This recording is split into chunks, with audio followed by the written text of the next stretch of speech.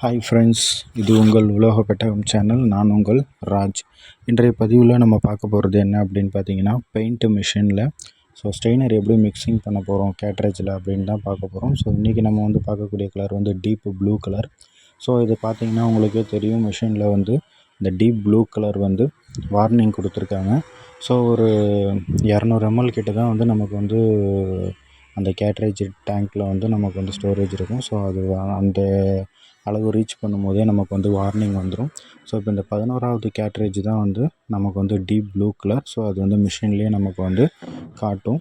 இப்போ அந்த 11வது கேட்ரேஜை நம்ம ஓப்பன் பண்ணிவிட்டு நம்ம இந்த வாட்டர் ஸ்ட்ரெயினர் மிக்ஸ் பண்ண போகிறோம். இதில் பார்த்தீங்கனாலே தெரியும், வாட்டர் டின்ட் கலர் ரெண்டுன்னு கொடுத்துருப்பாங்க. இது நாட் ஃபார் சேல். இது வெளியில் நம்ம எங்கேயும் சேல் பண்ண முடியாது. இது நமக்கு கம்பெனிலேருந்து டேரெக்டாக மிஷினில் கேட்ரேஜ் ஃபில் பண்ணுறதுக்காக மட்டும்தான் நமக்கு வரும். பெயிண்டர்ஸ் வெறும் ஸ்ட்ரெயினர் மட்டும் கேட்குறாங்க அப்படின்னாக்கா, அவங்க எத்தனை எம்எல்க்கு ஸ்ட்ரெயினர் கேட்குறாங்களோ அதுக்கேற்ற மாதிரி அவங்க சேல் பண்ணுவாங்க. அந்த பாக்ஸ் மட்டும் நமக்கு 1 லிட்டராக வெளியில் கிடைக்காது. எத்தனை எம்எல்லோ அதை நமக்கு தனியாக பெயிண்டருக்கு நம்ம சப்ளை கொடுப்போம் அது.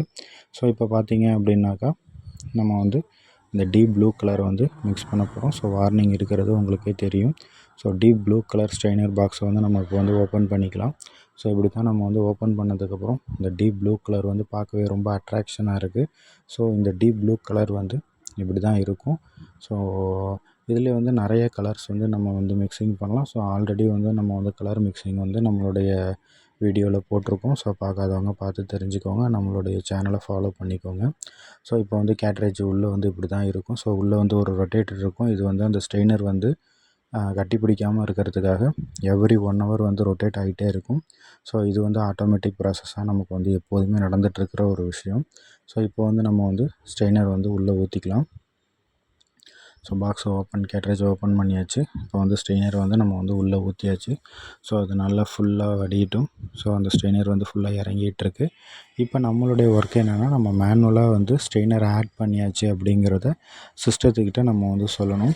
அதை தான் நம்ம இப்போ பண்ண போகிறோம். இப்போ மேனுவலாக நம்ம ஸ்ட்ரெயினரை உள்ளே ஊற்றியாச்சு. அதே போல் மேனுவலாக 1 லிட்ரு நம்ம ஆட் பண்ணணும். அதில் பார்த்தீங்கனாலே உங்களுக்கு தெரியும், அமௌண்ட்டுன்னு போட்டிருக்குங்க இல்லையா, அது லிட்டர்ஸில் இருக்கும். 1 லிட்ரு நம்ம அதில் ஆட் பண்ண போகிறோம். இப்போ ஆடு கொடுக்கணும். ஆடு கொடுத்ததுக்கப்புறம் அந்த கேட்ரேஜ் 1 லிட்ரு ஆட் ஆகிடுச்சு. அதுக்கப்புறம் அந்த டேட்டாவை நம்ம சேவ் பண்ணணும். இப்படி நம்ம சேவ் பண்ணிடுறோம். இப்போ பார்த்தீங்கன்னா, முன்னாடி இருந்ததுக்கும் இப்போ இருந்ததுக்கும் கேட்ரேஜோட அளவு எவ்வளோ தூரம் லெவலில் சேஞ்சஸ் இருக்குது அப்படின்னு உங்களுக்கு தெரியும். இப்போ நம்ம ஃபுல் பண்ணியாச்சு. இப்போ நம்ம அந்த கேட்ரேஜில் ஸ்ட்ரெயினர் பாக்ஸ் கவுத்துருந்தோம் இல்லையா, அதை எடுத்துகிட்டு மறக்காமல் அந்த கேட்ரேஜை நம்ம க்ளோஸ் பண்ணிடணும். இல்லைனா டஸ்ட்டு ஏதாவது உள்ளே விழுந்துடும். அதனால் நம்ம கேர்ஃபுல்லாக அந்த கேட்ரேஜை க்ளோஸ் பண்ணிடணும். இதுதான் மிக்சிங் மிஷினில் ஸ்ட்ரெயினர் ஃபில் பண்ணக்கூடிய மெத்தடு. இது போல் நிறைய விஷயங்கள் நீங்கள் தெரிஞ்சுக்கணுன்னு ஆசைப்பட்டீங்க அப்படின்னாக்கா, நம்மளுடைய சேனலை சப்ஸ்கிரைப் பண்ணுங்கள், லைக் பண்ணுங்கள், உங்களுடைய ஃபேமிலி ஃப்ரெண்ட்ஸுக்கு ஷேர் பண்ணுங்கள்.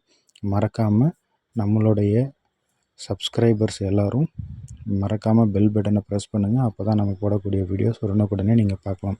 Thank you friends.